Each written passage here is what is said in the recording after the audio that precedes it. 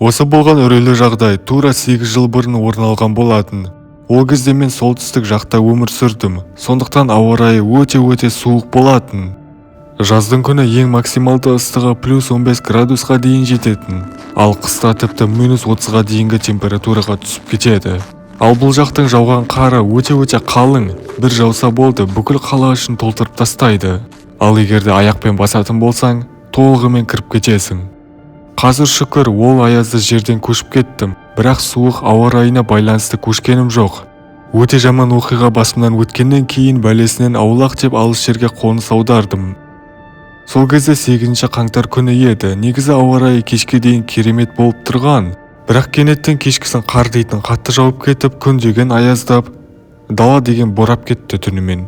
Осылай осы қатты боран 3 күнге дейін созылды. Үйден далаға шығуға мүлдем мүмкіндік болмады. Қайта арада 3 күн өткен соң ауа райы қайта қалпына келіп, бәрі жақсы болып қалды.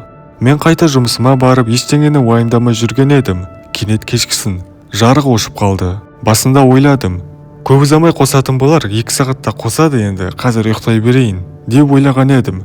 Сөйтіп таңертең тұрсам, жарық әлі қосылмапты. Осылай қала 2-3 күннен бері жарықсыз қалды. Негізі өте қиын екен жарықсыз өмір сүру. Әсіресе түнде ұйықтағанда ешнәрсе көрінбейді. Телефонның жарығын жағайын десем де, 2-3 күннен бері жарық болмағаннан кейін қуаты да бітіп қалды. Сондықтан қараңғыда ұйықтауға сәл-пәл үйрене алмай жүрмін. Оны қоя бер, үйде азық-түлік те таусылды. Сондықтан ертесі күні азық-түлік дүкеніне аттандым. Сөйтіп дүкенге кіре салысымен бірден қолыма түскен тағамдардың бәрін салып алдым, және ақшасын төлей қояйын деп едім. Сатушы апай жоқ. Сатушыны айқайлап шақырдым, бірақ келмеді. Осылай күтуге тура келді. Күтіп арада 1 сағат өтіп кетті. Сатушы апай әлі келер емес. Негізі мен сатушыны дүкеннің қоймасында отыр деп ойладым. Негізі мені естімегені орында, себебі бұл суық күнде кім келсін дүкенге? 2-3 күн осы дүкенге ешкім келмегенде болар. Бірақ сонда да менің босқа күтіп тұрғаным жарамас. Сондықтан дүкеннің түпкі бөлмелеріне кіріп, қойманы тауып алайын деп бара жатқан едім. Дүкен ішіне біреу кірді. Мен бірден есікке бардым. Сатушы апай дүкенге келген болар десем, жоқ ол емес. Бірақ менің көршім әрі досым Малдыбай келіпті. Негізі мына боранның кесірінен бұл досыммен хабарсыз қалған едім. Сондықтан онымен сөйлесе кеттім. Ассалаумағалейкум көрші, қалай жағдай, жақсысың ба? Шүкір жақсы, өзің қалай? Дүкенде жалғыз өзің не істеп жүрсің, Қалдыбай? Сол азық-түлік алуға келгем ғой негізі, бірақ ішінде 1 сағат болды тұрғаныма, сатушы әлі келер емес. Мүмкін бұл дүкен жабық шығар, қойшы сыртына жазылып тұр ғой ашық деп. Енді не істейміз, маған да азық-түлік алып тез үйге бару керек еді. Негізі мен ол сатушы апайды дүкеннің қоймасында деп отырмын. Неге? Себебі 2-3 күннен бері қала тұрғындары келмеген болар боранның кесірінен. Оның үстіне зат сақтайтын қойма жылы шығар. Жылы жерден кім шыққысы келеді дейсің?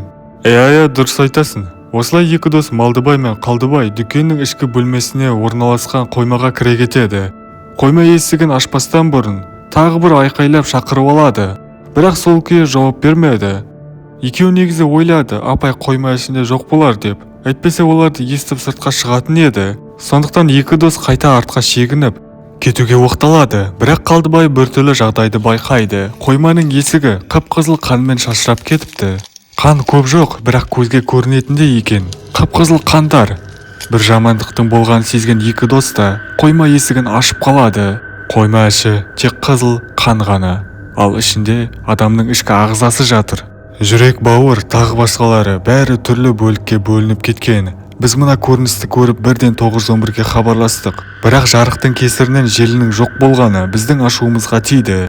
Сөйтіп бұл дүкеннен шыға салысымен бірден бөлімшеге аттандық. Бөлімшеде тәртіп сақшыларына болған жағдайдың бәрін түсіндіріп берген едік. Бірақ олар басында қырсығып, бізге мүлдем сенбеді. Әрине, бұл жып-жылы жерден мына аязды күнге кім шыққысы келсін? Осылай мына бөлімшенің сақшыларын көндіреміз дегенше күн де батып кетті. Сөйтіп ақыры оларды көндірдік. Және сақшылармен бірге дүкенге барып, сұмдық жағдайды көрсеттік. Міне осы сұмдықты көргенде ғана сақшылардың көздері нақты жетіп, жедел топты шақырып, тергеу жүргізе бастады. Малдыбай екеумізді олар сол жерден шығарып жіберді, яғни қылмыстың не нәрседен болғанын біле алмадық.